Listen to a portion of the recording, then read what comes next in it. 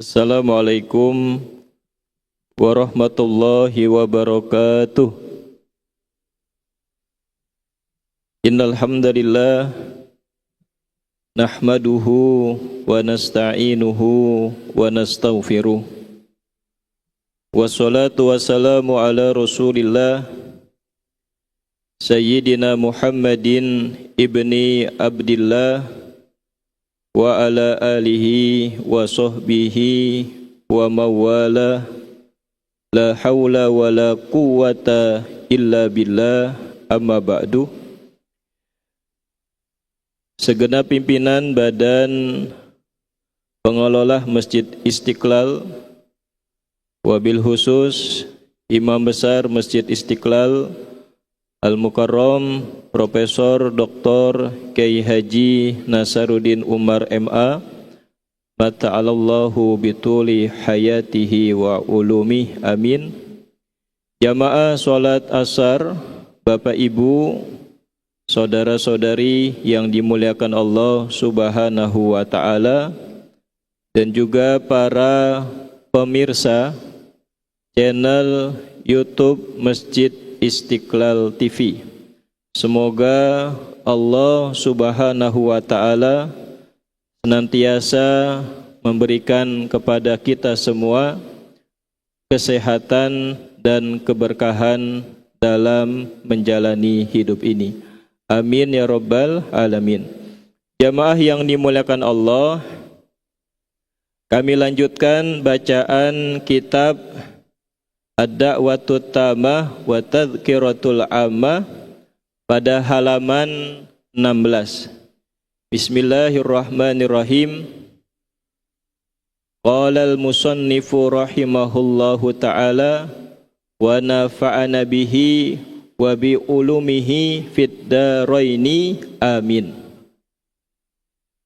Wa qad akhadallahu al-mawasiqa wal uhuda ala alladhina atahum kitabahu wa ilmahu wa hikmatahu fi ayyad'u ibadahu ila dhalik waliyubayyinuhu lahum. Jamaah yang dimuliakan Allah, Al-Habib Abdullah bin Alawi Al-Haddad menulis kitab ini masih pembahasan muqaddimah. Jadi Bapak Ibu kalau mau ngobrol, ya saya memberikan perumpamaan. Mau ngobrol atau mau silaturahmi, mau menyampaikan maksud, itu kan ada muqaddimahnya dulu, ada pembukaannya dulu. Dan pembukaannya biasanya lebih panjang dibandingkan isinya. Bahkan dalam sholat itu ada yang namanya doa. Doa pembuka, yaitu doa iftitah. Silakan dibaca dan lebih baik dibaca. Tapi kalau lagi jamaah, bisa bacanya cepat, bisa dibaca pelan. Kalau jamaahnya memang jamaah tetap, umpama Bapak Ibu ada masjid di komplek nih, jamaahnya itu aja, ya silakan imamnya durasinya lama, subuhnya 10 menit. Kalau di Istiqlal Pak, kalau subuh Pak, kalau di hari Jumat pagi itu luar biasa, bacanya satu surah panjang yang ada sujud tilawahnya. Jadi tidak apa-apa dibaca. Jadi dalam sholat aja kita ada pembuka. Maka dalam kitab ini penulis kitab Al-Habib Abdullah bin Alawi Al-Haddad, ketika beliau ingin menjelaskan tentang isi kitab tentang ajakan untuk menuju jalan Allah Subhanahu wa ta'ala, beliau memulainya dengan muqaddimah. Kalau kami terjemahkan, wa qad akhadallahu al-mawasiqa wal uhuda, dan sungguh Allah telah mengambil perjanjian dan janji-janji alal ladzina atahum kitabahu wa ilmahu wa hikmatahu, kepada orang-orang yang Allah telah memberi kitabnya kepada mereka, memberikan ilmunya dan hikmahnya, wa ilmahu wa hikmatahu. Kalau kemarin pembahasannya adalah membahas tentang ilmu tidak boleh disembunyikan. Allah mengancam. Jadi ancamannya ini di dalam Al-Quran untuk ahlul kitab yang menutup kebenaran, yaitu para Bani Israel. Nah, dilanjutkan dalam pembahasan kitab ini, isinya adalah para utusan Allah Subhanahu wa Ta'ala, yaitu para nabi dan para rasul. Para nabi semuanya laki, para rasul semuanya laki. Pak Ustadz, kan ada surah perempuan, ada surah An-Nisa, bahkan surah Al-Baqarah ada tak marbutoknya, itu tak perempuan. Ada juga yang namanya surah Maryam, surah perempuan. Kenapa Nabi dan Rasul tidak dijadikan Allah Subhanahu wa Ta'ala dalam sosok perempuan? Karena Allah ciptakan yang pertama adalah laki-laki, Bu. Kalau Allah ciptakan yang pertama perempuan, ya, jadi Allah menciptakan makhluk, yang diciptakan itu adalah yang jantan dulu. Jadi kalau mau ngomong duluan ayam apa telur, ya berarti yang duluan itu ayam jantan, Pak. Kita perumpamakan dengan Allah menciptakan makhluk yang namanya Nabi Adam, maka Allah ciptakan pasangannya. Maka Allah tidak turunkan Nabi dan Rasul kecuali adalah laki-laki. Jadi dilihat dari Allah turunkan, Allah ciptakan manusia pertama adalah laki-laki. Jadi kalau sudah kodratnya bahwa yang diciptakan adalah laki-laki, maka perempuan harus menerima. Kok enggak saya aja yang diciptakan duluan, kata ibunya. Ya enggak bisa gitu, Bu. Jadi memang Allah sudah ciptakan makhluk yang pertama namanya Adam, maka makhluk yang kedua adalah Hawa. Dan luar biasa, Hawa itu makhluk kedua yang Allah ciptakan setelah Nabi Adam. Artinya ada prestasi dua. Dan bapak-bapak prestasinya satu. Jadi Allah ciptakan manusia, maka Allah mengutus yang namanya Nabi dan Rasul. Jadi janji Allah kepada orang yang telah Allah berikan kitab, Allah berikan ilmu, dan Allah berikan hikmah. Apa kitab itu? Ya, tadi kami mencatat. Jadi kalau dalam Al-Quran di surah Al-A'la, di ayat terakhirnya, Inna hadza lafi suhufil ula, suhufi Ibrahim wa Musa.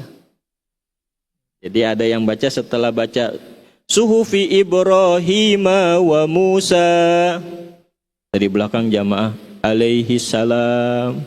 Ada yang baca gitu, Pak? Ada yang baca alaihi masalam.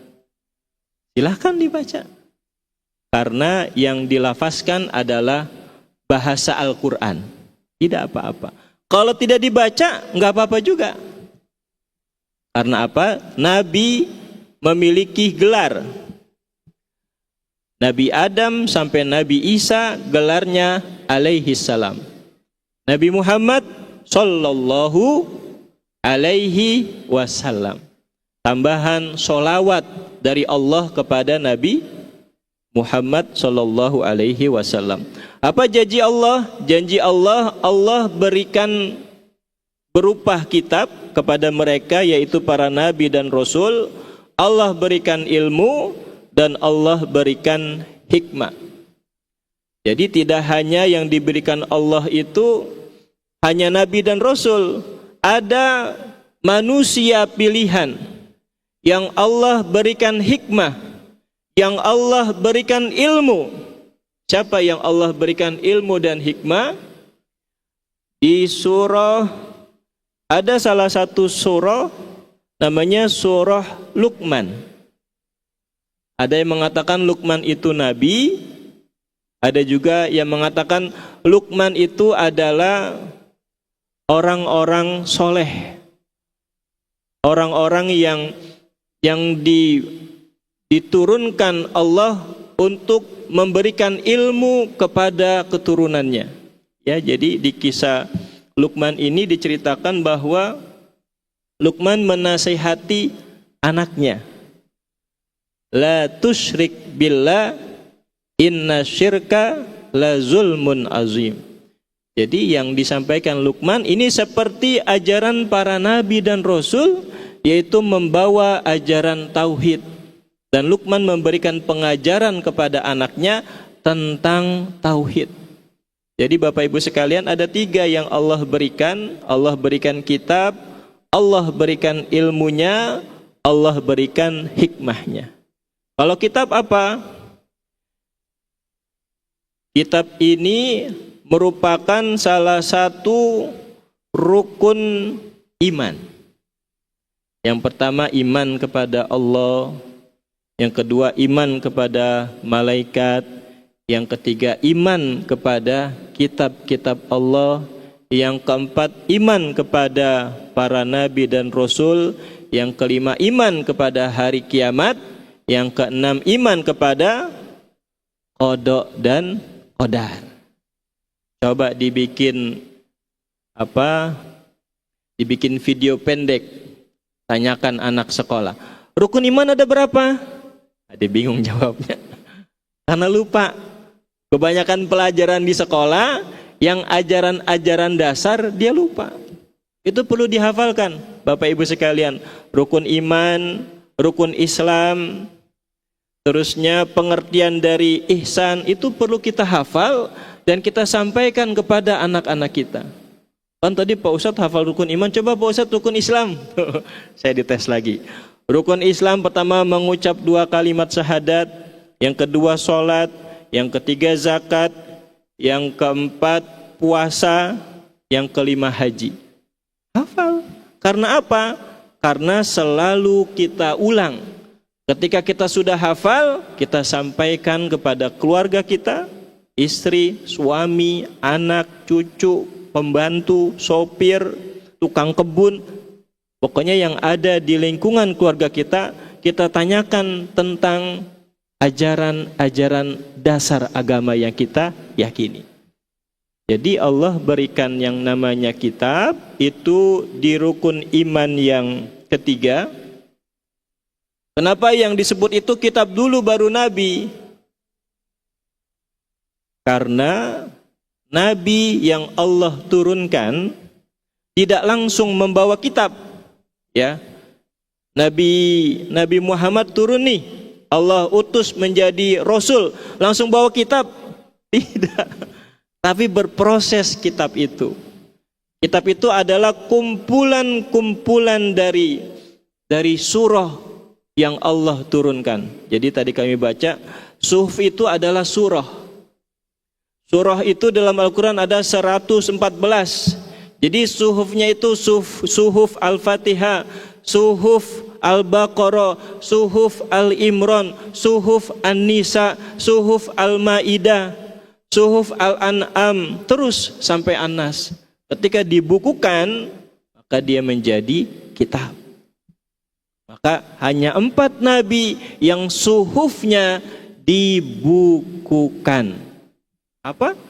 Yang pertama adalah Nabi Daud alaihi salam. Jadi Allah memberikan kitab Zabur kepada Nabi Daud. Nabi Daud itu di dalam kitab Zabur. Jadi kalau dalam kisah bahkan dalam riwayat, ketika Nabi Daud membaca kitab Zabur, jadi dua keistimewaan Nabi Daud. Memiliki suara yang sangat merdu, melebihi suara seruling. Seperti itu. Yang kedua, tangannya bisa membuat baju perang. Jadi sangat kuat. Maka wajar ketika Daud menggunakan ketepel, ya, raja yang zolim langsung mati. Ya, karena tangannya sangat luar biasa beratnya atau kuatnya, sehingga ketepel itu apa Pak ya? Sepeletan ya Pak ya, yang kita buat dari caglak batang pohon tuh, cabangnya kita pakai karet atau bekas ban, itu kita di belakangnya kita pakai kulit, itu kalau dipentalin sangat kencang sekali. Maka raja yang zolim ketika mendapatkan ketepel Nabi Daud langsung mati karena saking kuatnya. Maka ketika Nabi Daud membaca Zabur, burung yang ada di atas langsung jatuh. Itu saking indahnya suara Nabi Daud alaihi salam. Ada juga nabi yang ketampanannya, ya dikisahkan Pak, Zulaikha dengan para tamu undangan perempuan. Ketika Nabi Yusuf dikeluarkan, mereka memang sengaja, Zulaikha itu mengatakan bahwa Yusuf ini memang ganteng katanya. Maka sengaja disiapkan apel dengan pisau yang sangat tajam. Ketika semua tamu sedang memotong apel, tidak sadar dia melihat kegantengan Nabi Yusuf, itu tangannya keiris. Dan tidak berasa sakitnya karena melihat makhluk yang sangat luar biasa. Jadi artinya Allah Subhanahu wa taala memberikan kelebihan. Itu namanya mukjizat. Kalau mukjizat itu setelah diangkat menjadi rasul, kalau sebelum diangkat menjadi rasul namanya ikhraj. Ikhraj itu suatu kelebihan yang diberikan Allah kepada Rasul sebelum menjadi atau diangkat menjadi Rasul. Salah satunya yaitu mukjizat Nabi Ibrahim alaihi salam. Ketika beliau masih bayi, itu ditinggal oleh ibunya di dalam hutan. Di dalam hutan atau di dalam tempat itu Allah berikan mukjizat. Dengan air, dengan jempolnya itu keluar susu. Itu mukjizat. Mukjizat sebelum menjadi nabi. Dan pertolongan Allah juga kepada Nabi Musa ketika dihanyutkan oleh ibunya, karena aturan Raja Fir'aun pada saat itu semua bayi laki-laki harus dimusnahkan. Akhirnya ibunya taruh di sungai, itu diberi keselamatan. Itu juga termasuk pertolongan dari Allah Subhanahu wa taala. Jadi kalau kemarin yang kami bahas adalah orang yang menutupi ilmu-ilmu Allah, dia tidak menyampaikan ilmu, tidak menyampaikan hikmah, maka sekarang kebalikannya. Allah utus para nabi dan rasul dan orang-orang soleh untuk menyampaikan ajaran-ajaran yang Allah berikan kepada utusannya. Nabi Adam itu hikmah dikeluarkan dari surga. Ya, kita ini semua penduduk surga, Bapak Ibu sekalian. Karena Nabi Adam itu adalah penduduk surga, dan penduduk surga akan pulang kampung. Kita pulang kampung nanti Bapak Ibu sekalian, mengikuti nenek moyang kita yaitu Nabi Adam. Karena Nabi Adam itu adalah penghuni surga, maka keturunan Nabi Adam akan masuk surga. Hanya lewat dulu. Ya Pak, ini surga nih, lewat dulu. neraka. Jadi kalau kita di dunia ini pernah berbuat kesalahan dan kesalahannya itu dibawa sampai kita mati, dan di mati itu ketika dalam kubur kita diseksa, nggak selesai Pak. Ketika sudah disiksa dalam kubur kita dibangkitkan, namanya alam, ada yaumul hisab. Kalau dalam kubur namanya yaumul barzah di dalam kubur. Nanti yaumul hisab, hari kiamat. Nanti belum selesai itu. Pengadilan Allah belum selesai. Belum masuk surga kita, masih dulu proses. Nanti masuk neraka dulu. Diapain? Dibersihin. Di waktu di dunia kita banyak kotoran, ya Bapak Ibu kalau nggak mandi sehari kan lengket tuh, badan lengket banget ya. Ya karena kita dari tanah, kena air tanah itu jadi lengket. Begitu juga dosa-dosa yang nempel setiap hari, setiap minggu, setiap bulan, setiap tahun, bahkan sampai ajal menjemput itu dosanya masih nempel. Maka ketika mau masuk surga, karena surga itu diisi oleh orang-orang yang tanpa dosa, maka kasih sayang Allah masuk neraka dulu. Jadi konsep mahabbah yang diajarkan oleh salah satu ulama sufi, beliau mengatakan, kalau Allah masukkan saya ke dalam neraka dan Allah ridho, maka saya akan masuk neraka karena keridhaan Allah Subhanahu wa ta'ala. Kalau Allah masukkan saya ke dalam surga tapi Allah tidak ridho, maka saya tidak patut untuk masuk ke dalam surga. Jadi artinya, karena kita dasarnya ini adalah penduduk surga, maka kita akan masuk surga Bapak Ibu sekalian. Tetapi ketika mau masuk surga ada prosesnya dulu. Ya kalau mesin cuci itu, ya Ibu yang nyuci pakai mesin ya, itu kan sakit banget kalau kita jadi pakaian. Pertama direndam, habis direndam dipakein sabun Bapak Ibu sekalian. Biar apa? Biar nodanya yang nempel di baju jadi hilang. Apa cuman sekali? Kadang-kadang sampai 4 kali itu dia muternya. Terus ngisi rendam, kebuang, ngisi rendam, buang, ngeringin. Ya kan? Sampai 4 kali. Dan terakhirnya, itu proses kehidupan kita seperti itu. Dan terakhirnya sudah kering tuh. Udah hilang. Udah hilang airnya, udah hilang dosanya, dijemur. Kena panas lagi. Biar apa? Kenapa pakaian dijemur? Biar enggak apek. Apek itu biar enggak ada kuman yang nempel pada pakaian tersebut. Begitu juga kita terus.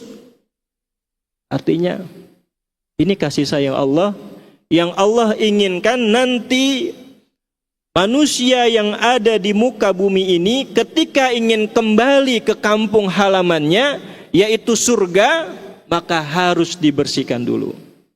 Udah selesai disengat matahari yang sangat panas? Udah selesai Bu? Belum. Diapain lagi? Digosok.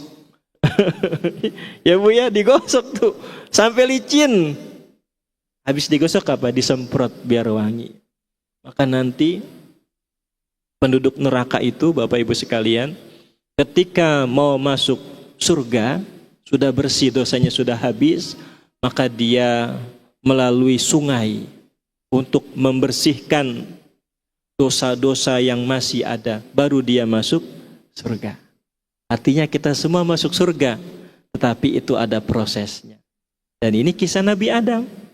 Dan kita semua keturunan Nabi Adam yang masih memiliki sedikit keyakinan itu adalah ketika sudah masuk surga nih, di kerak-kerak neraka masih ada berkasan cahaya tauhid. Oh ternyata waktu hidup dia pernah mengucap syahadat. Waktu mau apa? Mau menikah. Jadi modalnya apa? Modal syahadat ketika nikah saja. Habis itu dia nggak sholat. Habis itu dia maksiat. Tapi dia nggak pernah syirik kepada Allah Subhanahu wa taala. Hanya karena apa? Karena gangguan dunia, gangguan setan, sehingga dia tidak mau berbuat ibadah, tapi masih ada setitik tauhid atau keyakinan yang dia miliki. Maka Allah korek dulu tuh. Oh, masih ada. Ketika di jurang neraka masih ada, di kerak neraka masih ada, itu tetap nanti masuk surga. Karena syarat masuk surga itu adalah kalimat tauhid. Ya Pak. Jadi ketika di akhir hayat kita yang kalimat paling afdol itu apa? La ilaha illallah. Maka orang